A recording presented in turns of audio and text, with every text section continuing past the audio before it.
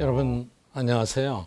지난 시간에 제가 예일대학의 스테판 로치 교수께서 달러 가치가 어쩌면 35%나 폭락할지도 모르겠다는 이런 무시무시한 경고를 소개해 드린 적이 있는데 과연 그럴까요?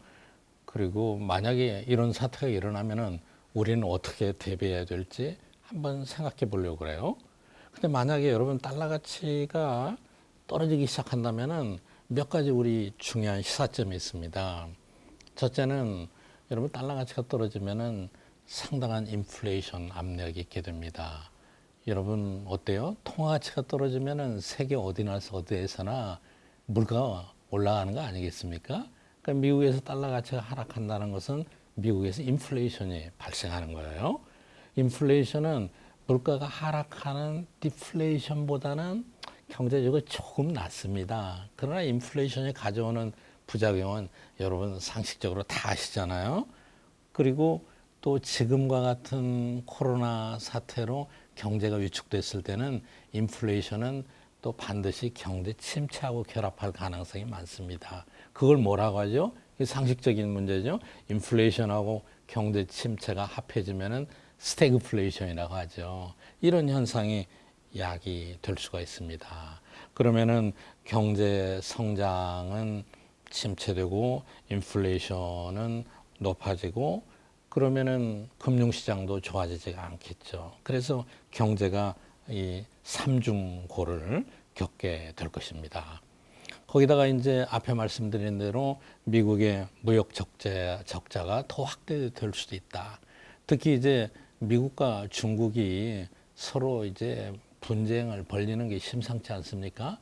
그럴수록 각국의 무역 규모는 위축이 되고 특히 이제 이 결과론에서 무역 적자가 더 심화될 수가 있고 지난번에 말씀드린 대로 미국이 이제 글로벌 리더십을 많이 잃어가고 있는 거죠. 거기다 인종 문제, 경제 침체까지 겹쳐 가지고요.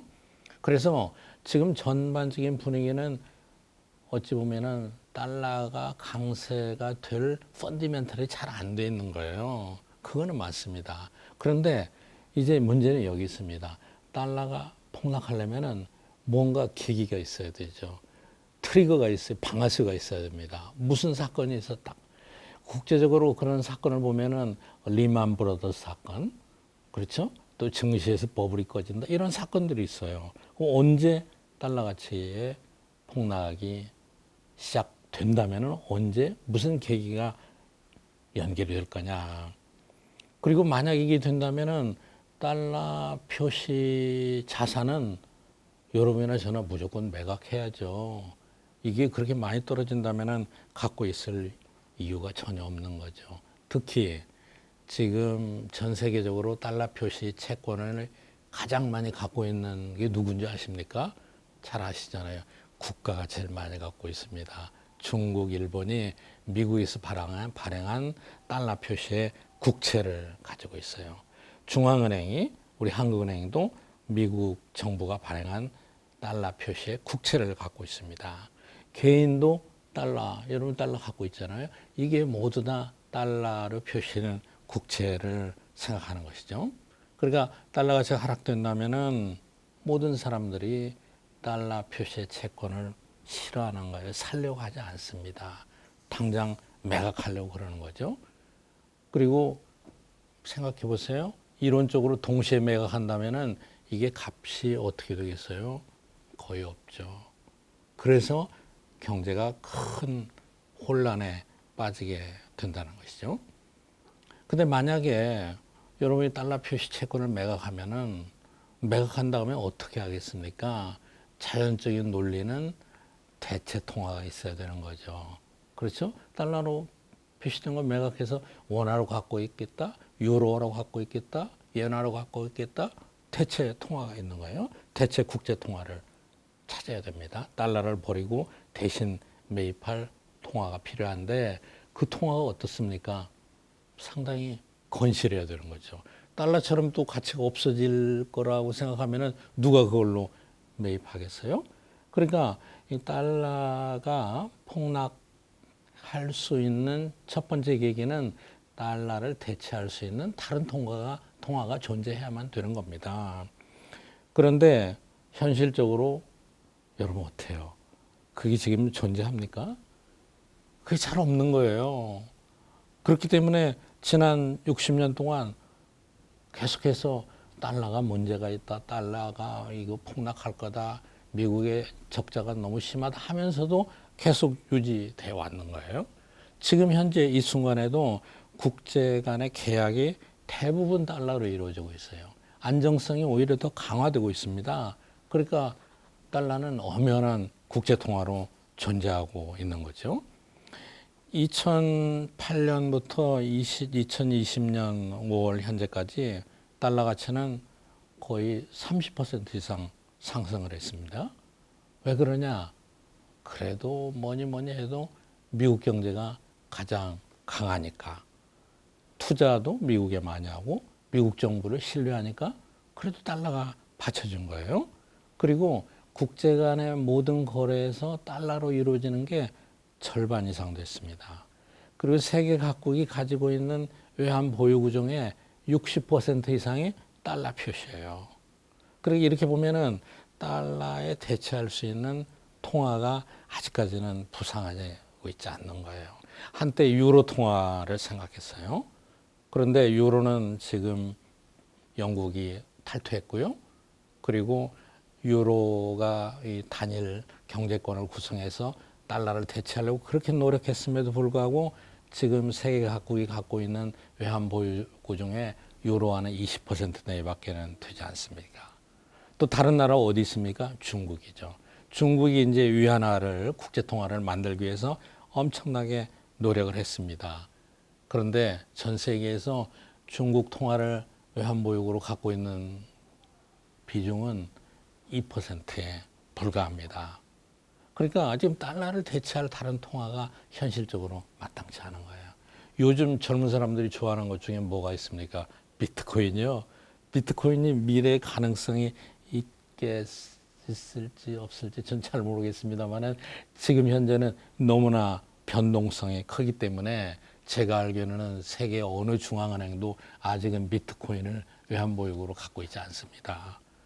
그럼 이렇게 되면은 기본적인 달러의 펀더멘탈, 미국 경제 여러 가지 건전성, 재정 적자 이 문제가 심각해도 현재 당장 컬랩스 할 만한 어떤 계기는 굉장히 부족하고 또 달러가 폭락한다면은 이거를 대체해 할 수 있는 통화가 마땅하게 떠오르지 않는 거예요.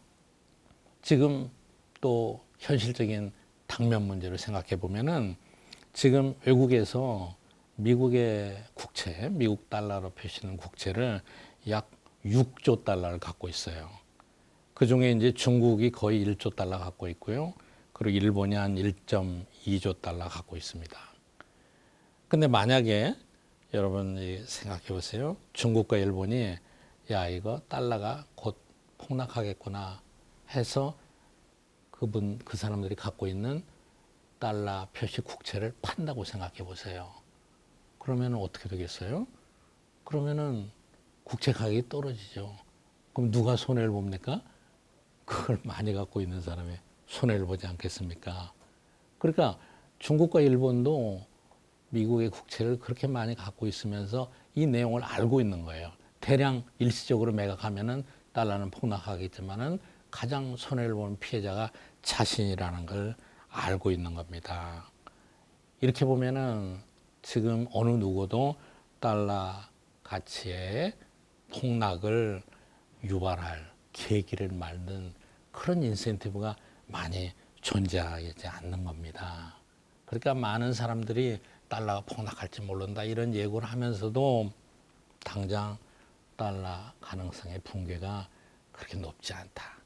그래도 아직은 거기에 대체할 만한 통화가 없다. 이렇게 얘기하고 중국과 일본도 그 붕괴를 촉발할 만한 잠재적인 능력은 있지만은 그걸로 인해서 가장 큰 피해를 보는 게 자기 자신이기 때문에 그렇게 하지 못한다. 이게 대체적인 전문가의 의견입니다.